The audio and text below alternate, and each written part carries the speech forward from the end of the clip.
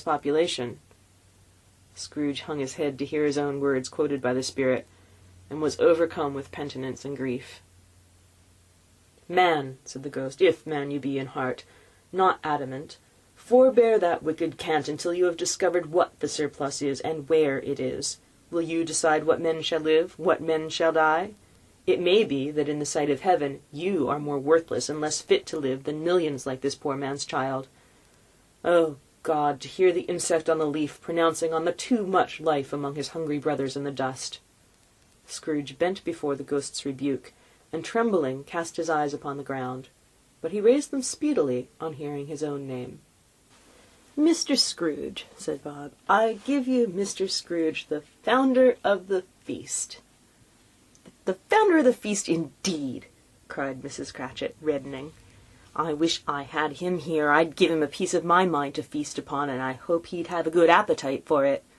"My dear," said Bob, "the children. Christmas Day." "It should be Christmas Day, I am sure," she said, "on which one drinks the health of such an odious, stingy, hard, unfeeling man as Mr. Scrooge. You know he is, Robert. Nobody knows it better than you do, poor fellow." "My dear," was Bob's mild answer, "Christmas Day." "I'll drink to his health for your sake, and the day's," said Mrs. Cratchit, "but not for his. Long life to him, Merry Christmas, and a Happy New Year. He'll be very merry and very happy, I have no doubt." The children drank the toast after her. It was the first of their proceedings which had no heartiness. Tiny Tim drank it last of all, but he didn't care twopence for it. Scrooge was the ogre of the family. The mention of his name cast a dark shadow on the party, which was not dispelled for full 5 minutes. After it had passed away, they were 10 times merrier than before, from the mere relief of Scrooge the baleful being done with. Bob Cratchit told them how he had a situation in his eye for Master Peter, which would bring in, if obtained, full 5 and 6pence weekly. The 2 young Cratchits laughed tremendously at the idea of Peter's being a man of business, and Peter himself looked thoughtfully at the fire from between his collars, as if he were deliberating what particular investments he should favour when he came into the receipt of that bewildering income. Martha, who was a poor apprentice at a milliner's, then told them what kind of work she had to do, and how many hours she worked at a stretch, and how she meant to lie abed tomorrow morning for a good long rest, tomorrow being a holiday she passed at home. Also, how she had seen a countess and a lord some days before, and how the lord was much about as tall as Peter, at which Peter pulled up his collar so high that you couldn't have seen his head if you'd been there. All this time the chestnuts and the jug went round and round, and by they had a song about a lost child travelling in the snow, from Tiny Tim, who had a plaintive little voice, and sang it very well indeed. There was nothing of high mark in this. They were not a handsome family, they were not well dressed, their shoes were far from being waterproof, their clothes were scanty, and Peter might have known, and very likely did, the inside of a pawnbroker's.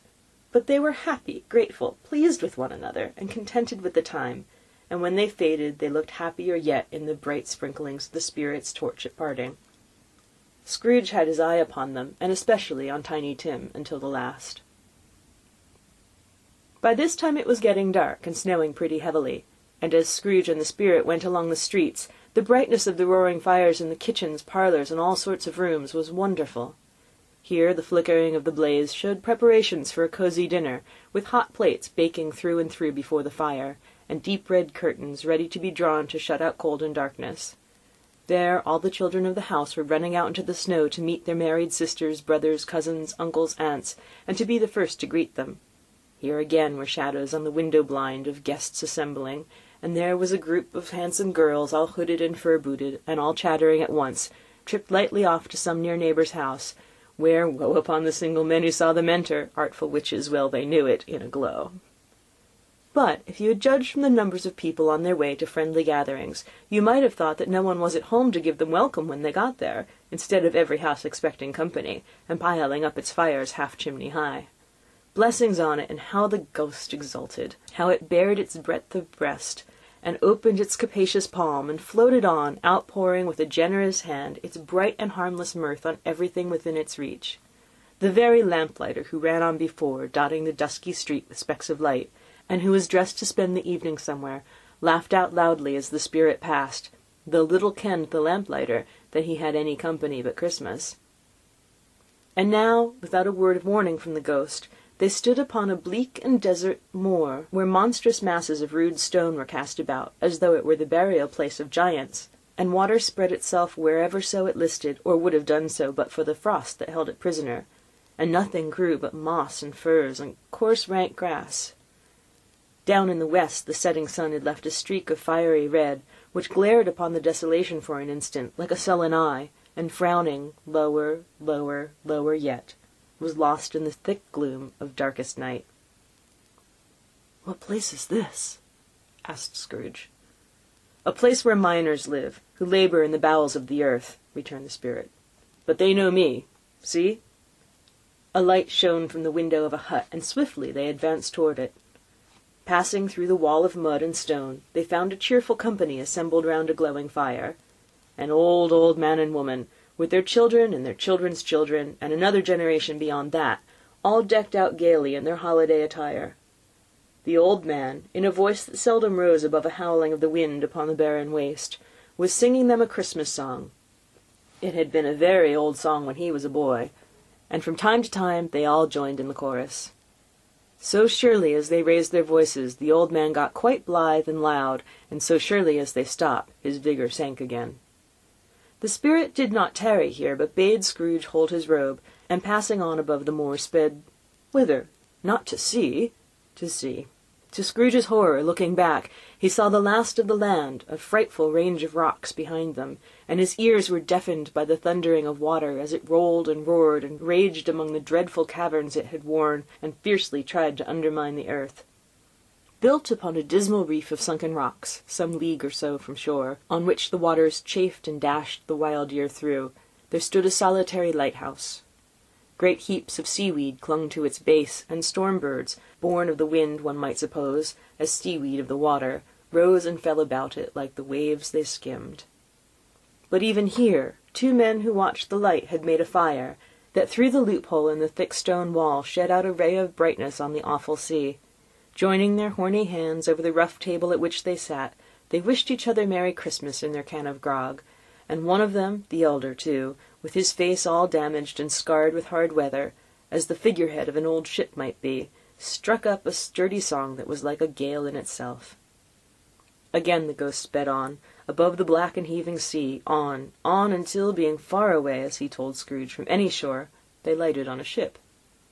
They stood beside the helmsman at the wheel, the lookout in the bow, the officers who had the watch, dark ghostly figures in their several stations, but every man among them hummed a Christmas tune, or had a Christmas thought, or spoke below his breath to his companion of some bygone Christmas day, with homeward hopes belonging to it. And every man on board, waking or sleeping, good or bad, had either a kinder word for another on that day than on any day in the year, and had shared to some extent in its festivities, and had remembered those he cared for at a distance, and had known that they delighted to remember him. It was a great surprise to Scrooge, while listening to the moaning of the wind, and thinking what a solemn thing it was to move through the lonely darkness over an unknown abyss, whose depths were secrets as profound as death. It was a great surprise to Scrooge, while thus engaged, to hear a hearty laugh. It was a much greater surprise to Scrooge to recognize it as his own nephew's, and to find himself in a bright, dry, gleaming room, with the spirit standing smiling by his side, and looking at that same nephew with approving affability. Laughed Scrooge's nephew. If you should happen, by any unlikely chance, to know a man more blessed in a laugh than Scrooge's nephew, all I can say is, I should like to know him too. Introduce him to me, and I'll cultivate his acquaintance. It's a fair, even-handed, noble adjustment of things, that while there is infection and disease and sorrow, there is nothing in the world so irresistibly contagious as laughter and good humour. When Scrooge's nephew laughed in this way, holding his sides, rolling his head, and twisting his face into the most extravagant contortions, Scrooge's niece by marriage laughed as heartily as he, and their assembled friends, being not a bit behindhand, roared out lustily, "He said that Christmas was a humbug, as I live!" cried Scrooge's nephew. "He believed it, too!" "More shame for him, Fred," said Scrooge's niece indignantly. "Bless those women. They never do anything by halves. They are always in earnest." She was very pretty, exceedingly pretty, with a dimpled, surprised-looking capital face, a ripe little mouth that seemed made to be kissed, as no doubt it was, all kinds of good little dots about her chin that melted into one another when she laughed, and the sunniest pair of eyes that you ever saw in any little creature's head. Together she was what you would have called provoking, you know, but satisfactory, too. Oh, perfectly satisfactory. "He's a comical old fellow," said Scrooge's nephew. "That's the truth, and not so unpleasant as he might be. However, his offences carry their own punishment, and I have nothing to say against him." "I'm sure he's very rich, Fred," hinted Scrooge's niece. "At least you always tell me so." "What of that, my dear?" said Scrooge's nephew. "His wealth is of no use to him. He doesn't do any good with it. He doesn't make himself comfortable with it. He hasn't the satisfaction of thinking that he's ever going to benefit us with it." "I have no patience with him," observed Scrooge's niece. Scrooge's niece's sisters, and all the other ladies, expressed the same opinion.